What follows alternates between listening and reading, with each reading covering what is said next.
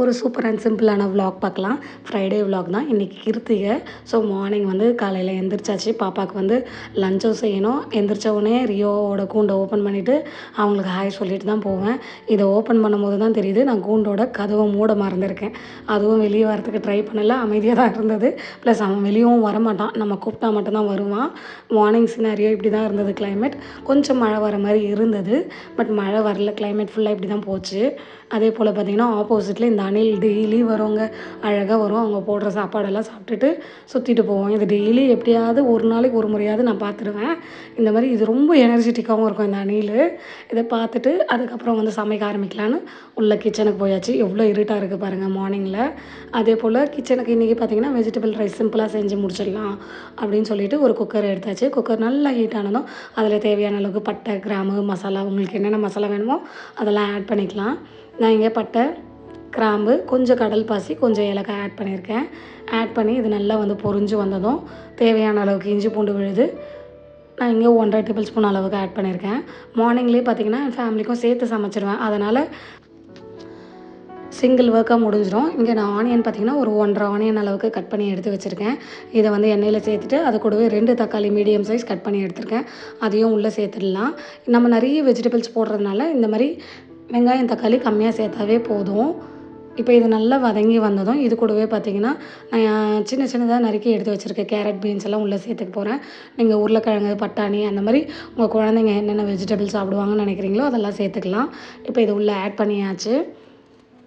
Add பண்ணிவிட்டு இது கூடவே பார்த்திங்கன்னா நான் இப்போது கொஞ்சமாக ஒரு கைப்பிடி அளவுக்கு புதினா வந்து வாஷ் பண்ணி எடுத்து வச்சுருக்கேன். அந்த புதினாவையும் உள்ளே சேர்க்க போகிறேன். சேர்த்துட்டு இப்போ நல்லா மிக்ஸ் பண்ணி விட்டு வதக்கி விட்டுடலாம். இது ஒரு 2 to 3 மினிட்ஸ் அளவுக்கு நல்லா வதங்கி வரட்டும்.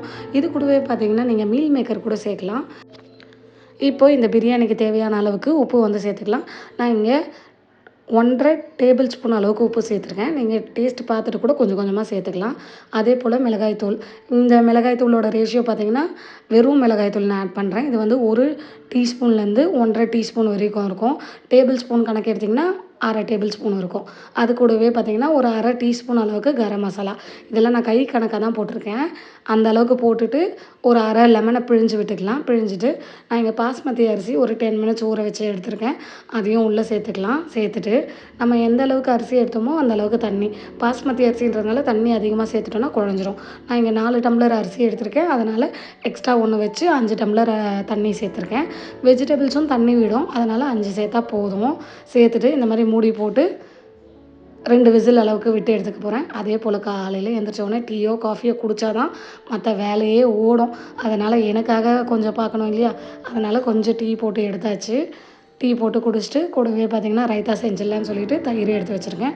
தயிரோடு கொஞ்சமாக உப்பு சேர்த்துட்டு ஆனியன் சேர்த்து மிக்ஸ் பண்ணிட்டோன்னா ரைத்தா ரெடி ஆகிடும். இது கூட நீங்கள் கேரட், குக்கும்பர் அந்த மாதிரி எது வேணாலும் சேர்த்துக்கலாம். நான் கேரட், குக்கும்பர்லாம் சேர்த்தா எங்கள் வீட்டில் சாப்பிட மாட்டாங்க. அதனால் வெறும் வெங்காயம் சேர்த்துருக்கேன். காலையில் மார்னிங் பிரேக்ஃபாஸ்ட்டுக்கு தக்காளி சட்னி ரெடி ஆகிடுச்சு. அடுத்தது குக்கர் விசில் விட்டு நல்லா ஆற விட்டு எடுத்து பார்க்கலாம். சூப்பரான வெஜ் பிரியாணி ரெடி ஆகிடுச்சு. பாருங்கள் எவ்வளோ ஃப்ளேவர்ஃபுல்லாக. கலரே ஆட் பண்ணல நான். கலர் ஆட் பண்ணாமலே இவ்வளோ அழகாக வந்திருக்குன்ட்டு. இது கூடவே பார்த்திங்கன்னா இப்போ பிரேக்ஃபாஸ்ட்டுக்கு பூரி ரெடி பண்ணிடலாம். பூரியை நான் வந்து திரட்டி எடுத்து வச்சிட்டேன். எண்ணெய் நல்லா காஞ்சதும் பூரியை வந்து உள்ளே சேர்த்து இந்த மாதிரி ஃப்ரை பண்ணி எடுத்துக்கலாம். எண்ணெய் வந்து ரொம்ப காய விடக்கூடாது, ரொம்ப கம்மியாகவும் காய விடக்கூடாது. மீடியமாக கரெக்டான பதத்தில் இருந்தால் மட்டும்தான் நமக்கு பூரி வந்து நல்லா எழும்பி வரும். அடுத்தது மார்னிங்கில் வந்து கிருத்திகைன்னு சொன்னேன் இல்லையா? ஸோ உருளி ரெடி பண்ணிடலான்னு சொல்லிட்டு இந்த மாதிரி வந்து வீட்லேயே பூத்த பூவை வச்சு உருளி ரெடி பண்ணிகிட்ருக்கேன். ப்ளஸ் எனக்கு வேறு ஒரு உருளி வாங்கலான்னு ஒரு ஐடியாவில் இருக்கேன். உங்களுக்கு ஏதாவது தெரிஞ்சால் என் கூட கமெண்ட்டில் சொல்லுங்கள் எந்த மாதிரி உருளி நம்ம வீட்டுக்கு வாங்கலான்ட்டு. ஸோ மார்னிங் கோலம் போடலான்னு சொல்லிட்டு மேலேயே வாசப்படியில் கோலம் போட ஆரம்பித்தாச்சு. சிம்பிளாக தெரிஞ்ச கோலம் போட்டாச்சு. நான் கோலம்லலாம் எக்ஸ்பெக்ட் கிடையாதுங்க. ஓரளவுக்கு தான் போட தெரியும். ஸோ தெரிஞ்சதை வச்சு போட்டாச்சு. இந்த மாதிரி கோலம்லாம் போட்டு முடிச்சுட்டு வீடு கொஞ்சம் பார்க்குறதுக்கு பாசிட்டிவ் வைப்ஸாக இருக்கும் இல்லையா? அதுக்காக தான் ஃப்ரைடே ப்ளஸ் கிருத்திகையும் சேர்ந்து வந்ததுனால கொஞ்சம் வந்து நம்ம அந்த டேவை வந்து பாசிட்டிவ் வைபோட ஸ்டார்ட் பண்ணலான்னு சொல்லிட்டு அழகாக கோலம் போட்டு அது மேலே வந்து உருளியை வந்து எடுத்து வச்சாச்சு. பார்க்கும்போதே அழகாக இருக்கும். ப்ளஸ் இந்த மஸ்கிட்டோ நெட்டும் நான் வந்து வீடியோவில் போட்டிருப்பேன். உங்களுக்கு வேணும்னா நீங்கள் வாங்கிக்கோங்க. லிங்க் நான் ஷேர் பண்ணுறேன் இந்த வீடியோவோட டிஸ்கிரிப்ஷனில். ஏன்னு கேட்டிங்கன்னா இதுக்கு மேலே வந்து மழை காலம் வந்துடும், கண்டிப்பாக மஸ்கிட்டோஸ் வந்துடும். ப்ளஸ் நம்ம பூஜை பண்ணியாச்சு. என்னோடய பூஜையோட இன்டீரியரை நான் சேஞ்ச் பண்ண போகிறேன். அந்த வீடியோவும் ஃப்யூச்சரில் வரும். ஸோ நம்ம பூஜையை எப்படி சேஞ்ச் பண்ணுறோன்றத ஃப்யூச்சரில் பார்க்க மறக்காமல் என் சேனலை சப்ஸ்கிரைப் பண்ணிவிட்டு பாருங்கள். கொஞ்சம் சப்ஸ்கிரைப் பண்ணி சப்போர்ட் பண்ணுங்கள். தேங்க்யூ ஃபார் வாட்சிங்.